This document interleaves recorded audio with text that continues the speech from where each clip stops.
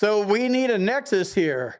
You have a service treatment records, you have an in-service event, and you have a diagnosis, but you do not have a doctor with a medical opinion saying that this current diagnosis in 2023 is a result from these service treatment records and this in-service event in 1975. And again, you need to get that, but the other thing, going a little bit farther down the rabbit hole, they're going to fight you on the last 45 years, even when you show up with a nexus. And then going down a little bit further, this is a back pain claim. File whatever claim that you want to file. This is your claim. You're in charge of your own destiny with your veterans benefits. You earned them, you served, all that kind of stuff, but you do have to prove it. But along that path, what are you going after? Are you going after a higher rating so you could get paid more money, more benefits? Maybe you're not service connected at all and you're trying to get to 30% so you get dependent pay. Usually there's some kind of upward momentum. So not all back claims, just most of them. If you're not familiar with the criteria and you don't meet the criteria for any rating, you could go get a nexus, win this claim, and get 0% because your back's not that bad, according to the VA. In reality, your back's bad. You go to a real doctor, they're going to be like, dude, I can't even believe you're still walking. But the way the VA laws are written, the rating criteria, the 38 CFR, it's, 0, you have this, 10, you have this, 20, you have this, 40, you're dead and your back's broken in half, and 100's this. I don't have the back ratings in front of me, but you should look at your disability. Is it even worth filing a claim for? It sucks and it's ludicrous that you have to make these kind of calculations before you file a disability claim, but that's what the VA is doing. They use the combined ratings table and they throw all sorts of hurdles in there. So make sure this claim is the best claim that you can file and you want to fight. So there's something there for you to fight for. If you're just fighting for 0% or 10%, that seems like a waste of time to me. One exception would be if you're at 94% and you need to get to 95 to get 100 and you need 1 point, which equals 10 points on the combined rating table. That's when I would fight this one. Most of the time, I wouldn't even bother with this claim.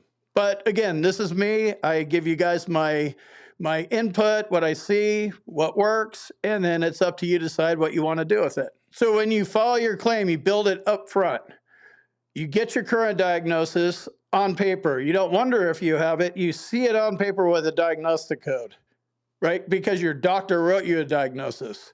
And then you move over to the symptoms and you've checked the rating criteria and your symptoms, you already checked.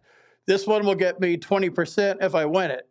Winning is a whole different thing, but at least if I get to where I'm supposed to go, 20%. The doctor says right there, he wrote my diagnostic code and my symptoms. And he said that my disability that I currently have and am filing a claim for is linked to my service. Secondary service connection basis, presumptive, pre-existing, direct, or 1151 claim. One of those 5 ways. That's how you establish service connection. You have to pick that right too. So you can get the diagnosis and the nexus at QTC, VES, or LHI, which is now Optum, and he did get a diagnosis here, but it didn't really, it's a step further. Just think if he would have gone and got the diagnosis, the symptoms, and the nexus up front, then he would have just won this. So understand what you're doing up front before you file a claim. Don't just hand this off to a VSO and not know what's going on. You need to be involved. This is your money, right? Nobody is affected by your money except for you. So nobody really cares because they're getting their money, however they, do that work, or, maybe it's another disabled veteran. So you need to, take stock in your claim and, what is my chances of getting the increase I'm going after? This is where I'm going for. How do I shouldn't file a claim for this. I should file a claim for that, right? Balance all that stuff out and bring everything up front before you file your claim so you have something to appeal. On this one, he has to go back, get a nexus, and file a supplemental claim. That may or may not work. But again, if this is only going to be 10% and it's $100 a month, and it costs money to go get a Nexus because your VA doctor won't write one for you, there's better ways to spend that money, in my opinion. So favorable findings. Yes, they are favorable, but it's tricky wordsmithery. The VA does it. And thanks for watching this video. I'll see you in the next one. Let me jump in here real quick and tell you about my boot camp. If you want to learn more about the VA claims process, check out my boot camp. You can talk to me live. There's a link on the website and in the description, combatcraig.com. And also, if you need medical evidence like a Nexus or documenting your symptoms properly, go to our website, combatcraig.com, and it says medteam/Nexus Letters. Click on that link, fill out the form, boom, you're done.